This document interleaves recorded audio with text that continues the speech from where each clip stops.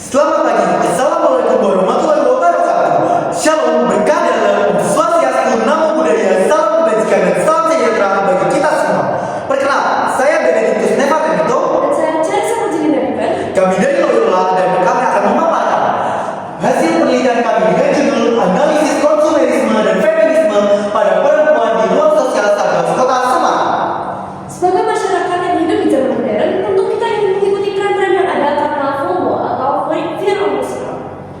Salah satu budaya populer yang sedang disorot adalah budaya nongkrong, di mana manusia cenderung memilih tempat yang nyaman apalagi untuk makan dan minum. Salah satu tempat yang memenuhi kriteria tersebut adalah Starbucks. Di Starbucks terdapat dua jenis konsumen, yaitu laki-laki dan perempuan. Laki-laki cenderung membeli barang dengan tujuan yang jelas dan sesuai dengan kebutuhan, sedangkan perempuan tidak. Maka perempuan cenderung akan melakukan praktik konsumerisme dengan motif feminisme. Maka dari itu, peneliti mengambil rumusan masalah.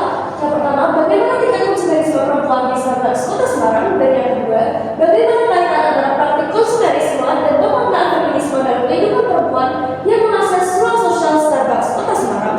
Dengan tujuan penelitian untuk mengetahui tingkat konsumerisme perempuan di Starbucks Kota Semarang dan untuk mengetahui kaitan antara praktik konsumerisme dan pemaknaan feminisme dalam kehidupan perempuan yang mengakses ruang sosial Starbucks Kota Semarang. Maka, peneliti mengambil dua teori untuk mendasari penelitiannya. Satu, teori konsumerisme menurut Jan Bouvier. Menurut Jan Bouvier, masyarakat membeli barang sesuai yang diinginkan, bukan sesuai kebutuhan. Hal ini menyebabkan masyarakat tidak pernah puas dengan apa yang telah dibeli, sehingga masyarakat membeli barang terus-menerus dengan biaya yang lebih besar. Yang kedua, kami mengambil teori feminisme eksistensialis yang dikemukakan oleh Simone de Beauvoir. Teori feminisme eksistensialis adalah keberadaan manusia dalam arti keberadaan perempuan di dalam kehidupannya. Tema eksistensial mengajarkan bahwa adanya anggapan bahwa laki-laki sebagai the first sex dan perempuan sebagai the second sex, yang dapat diartikan bahwa adanya anggapan bahwa laki-laki memiliki derajat yang lebih tinggi. Penelitian ini menggunakan metode kualitatif deskriptif. Lokasi dilakukan penelitian ini yaitu di Gerai Starbucks Kota Semarang, dan waktu dilakukan penelitian yaitu pada bulan April hingga Agustus tahun 2020. Populasi dari penelitian ini adalah 10 Gerai Starbucks yang ada di Kota Semarang dengan sampel 7 Gerai Starbucks dan 15 narasumber. Teknik sampling yang digunakan adalah teknik propulsive sampling dan snowball sampling.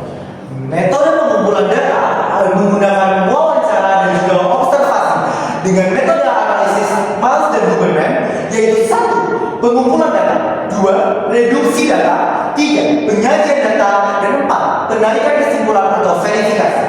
Mari kita membahas tentang tingkat konsumerisme perempuan di Starbucks Kota Semarang. Konsumen Starbucks didominasi perempuan, dilihat dari wawancara dengan para narasumber dan observasi lapangan. Para perempuan cenderung memilih minuman yang viral dan non-coffee, di mana ini tidak sesuai dengan kebutuhan yang ada di masyarakat pada zaman sekarang. Rata-rata pengeluaran perempuan yaitu ada di angka 70.000 dan 100.000. Bahkan narasumber ini menyatakan pernah membeli produk Starbucks hingga lebih dari 1 juta rupiah. Dari hal ini kita bisa menyimpulkan bahwa tingkat konsumerisme perempuan di Starbucks Kota Semarang cenderung cukup tinggi. Dan berikutnya mari kita membahas kaitan antara praktik konsumerisme dan pemaknaan feminisme.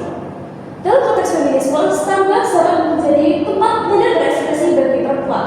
Bahkan beberapa narasumber mengatakan bahwa adanya stereotip kepada konsumen Starbucks, diantaranya yaitu orang yang berpenghasilan, taraf ekonomi yang menengah ke atas, dan orang yang kaya. Maka dari itu, Starbucks akan menjadi sarana bagi perempuan untuk mendongkrak status sosialnya dan mendapatkan suatu identitas. Proses mendapatkan identitas tersebut merupakan titik di mana konsumerisme berkaitan dengan feminisme, di mana perempuan membeli produk Starbucks untuk menunjukkan diri yang mandiri. Jadi dapat disimpulkan bahwa tingkat konsumerisme perempuan di Starbucks Kota Semarang cenderung tinggi, ditinjau melalui tingkat kunjungan dalam 1 minggu maupun rata-rata pengeluaran atau membeli produk Starbucks. Praktik konsumerisme berkaitan erat dengan feminisme, di mana perempuan mengunjungi Starbucks untuk gengsi semata. Peneliti juga memberikan saran kepada perempuan konsumen Starbucks Kota Semarang untuk bijak dalam menggunakan uang, dimulai dari prioritas yang paling dibutuhkan hingga yang paling tidak dibutuhkan. mengunjungi Starbucks dan mengonsumsi Starbucks, tapi ingat dengan prioritas dan kebijakan menggunakan uang. Sekian dari kami, terima kasih.